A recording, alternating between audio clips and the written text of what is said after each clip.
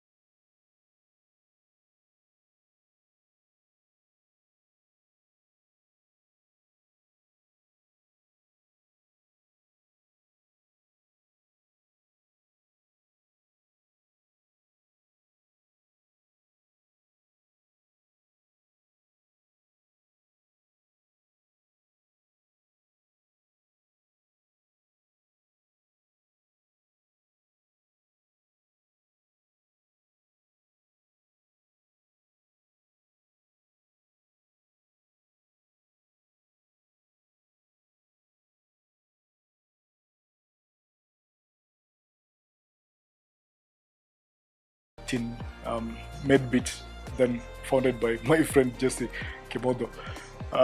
Then they were students. He was at Yale. His co-founder was also studying abroad then. And I remember they then were trying to ensure that globally people had access to the right medical professionals. So each doctor got a profile on a platform that existed online for free and publicly for everyone. That was Medbit then. They might not have known this, but I was too excited about their journey, even for themselves, right? Saw them through it. They got their challenges here and there. Maybe it is a bit dormant now, but that inspired something out of me. Also, considering most of my friends from high school are now in the medical space, it's been easier to find collaborators and professionals who can guide this with the right knowledge and information. Actually solve problems for people that I love and care for, who are medical doctors in the space.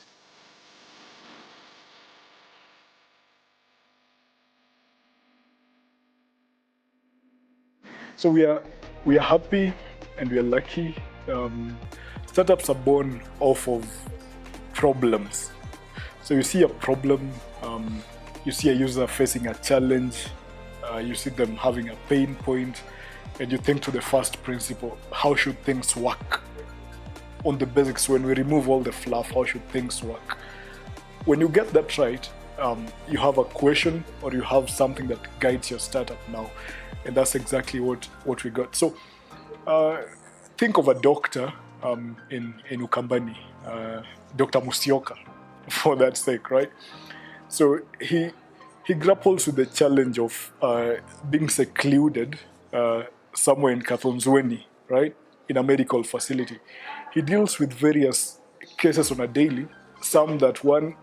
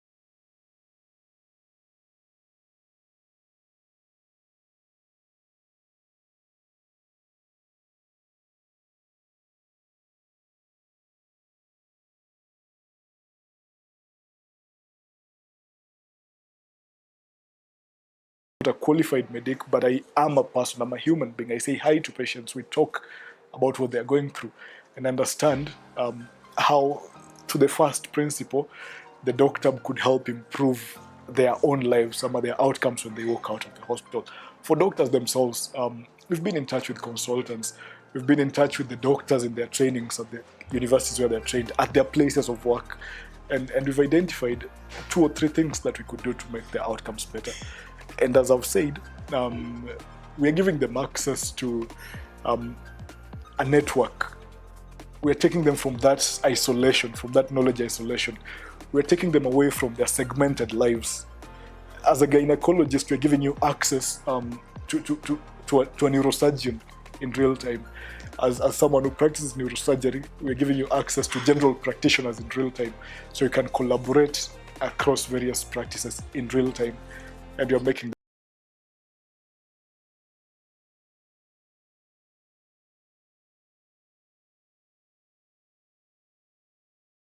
to exist in the tech space in 2025.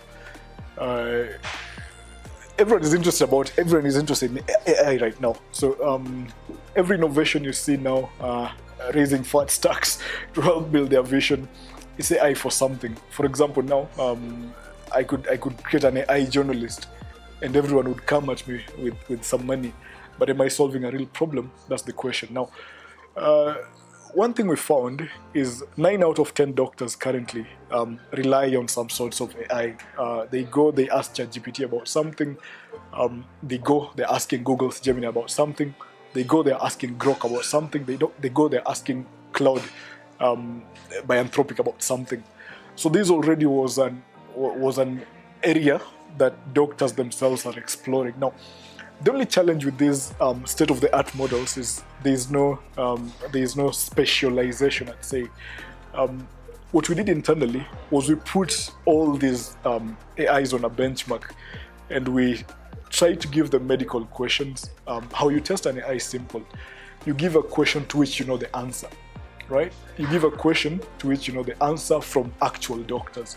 So we did that with a series of questions, a series of challenges, a series of real-time medical situations, and we found some interesting outcomes here. What this helped us do is we did not have to reinvent the wheel. We found one product already built that exists that does exactly what we needed. Now, we asked with the product team, and this now I'm talking with big tech products team, right? One of these state-of-the-art models that we have out here. So we asked with the product team, and they allowed us API access, which now gives us direct access from our platform to theirs and back to our platform. And now, in the prompting, in the setting of the model now, that's where now we've come around.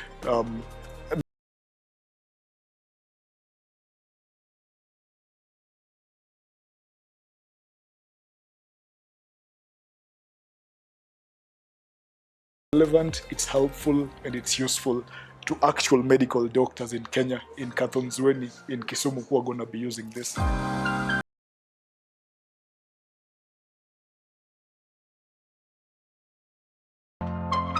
This space has got us good contacts and good correspondence with OpenAI. They have a proper developer support system. It's got us direct access and support from Google. At least the Gemini team, they have a proper dev support network. Anthropic has the same. So we're very happy and lucky to be using some of these state-of-the-art models and actually collaborating with them to ensure that in real time our doctors are getting the best. And we are open-minded about it. Tomorrow someone might launch a new AI. We'll put it through a benchmark. It performs better, we make it available on our platform for the medics who are going to be using our platform.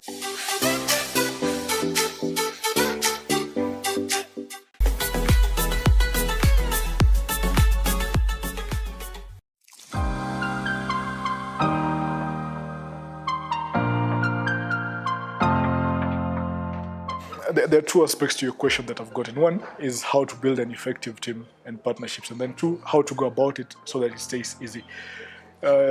a founder that I respect, Ed Magema, once told me one thing that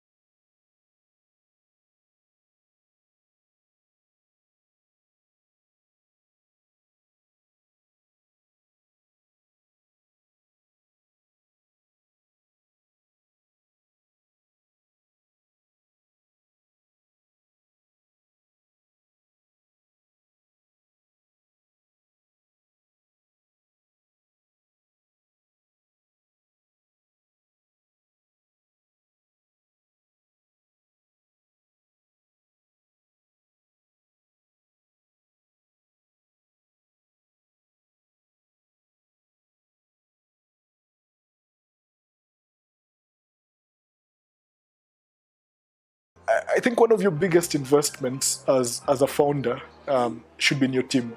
Should be in your team. Uh, However large your team grows, as the founder, that is a role.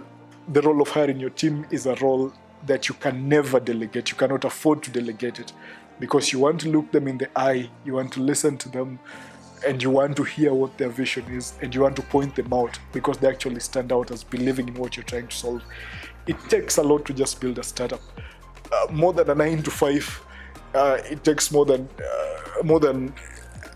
I don't know what are the complex tasks exist out there that are not startups. It takes a lot from you. It takes a lot from you. So you need people who actually believe and worship what you're trying to build.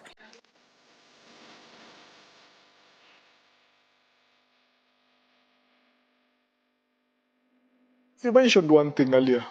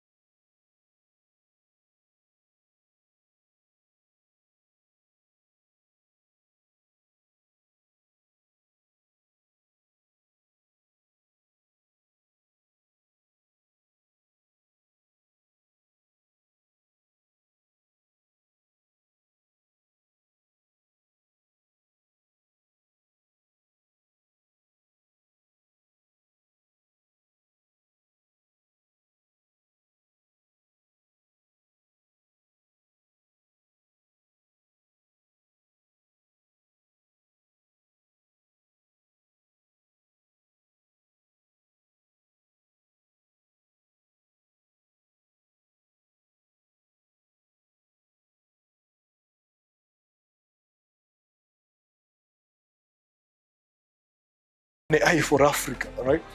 And then you get into the space and you find that, oh, damn, Africa already has an AI. And it's not ours, it's built outside, but it's already here and it's working just as well.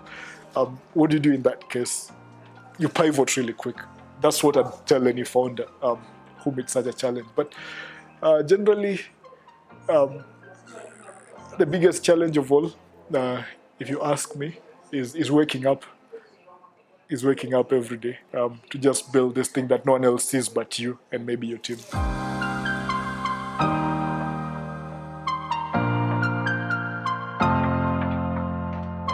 Let me just say, in the case of the doctor, we're handling critical patient data, right? This touches on, let me say,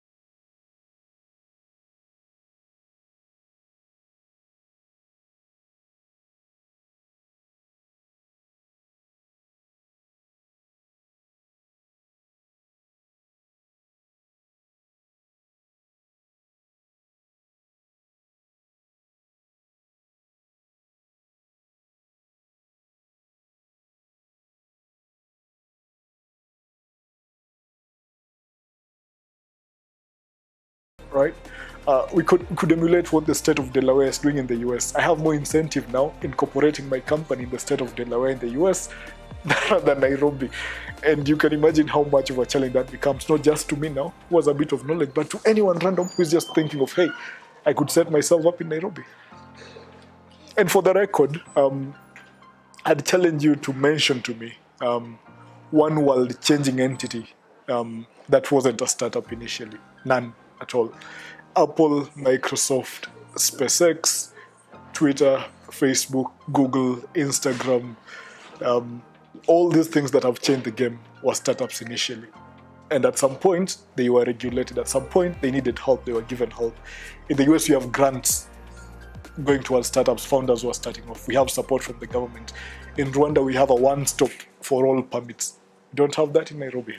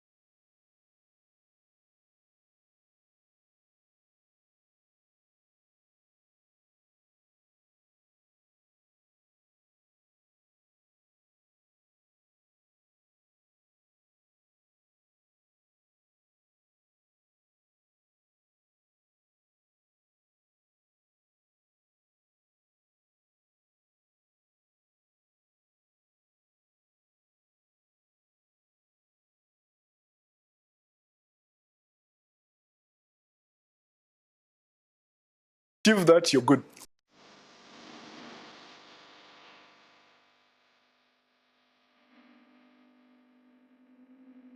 as a first founder, as a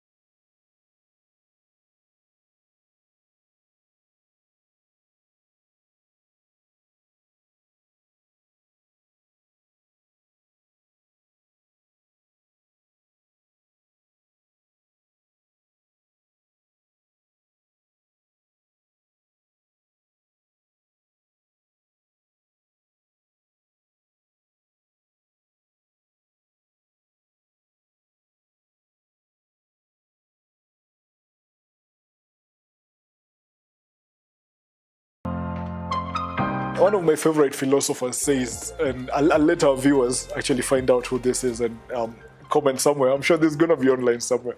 One of my favorite philosophers says, don't trust an idea that comes to you indoors. I'd ask founders or people who are inspired to start on solving a problem to take walks. Take a walk, be outside, find inspiration, talk to your customer, and start now. Start now. Start now. Along the way, you'll meet the right people. When the student is ready, the teacher will come.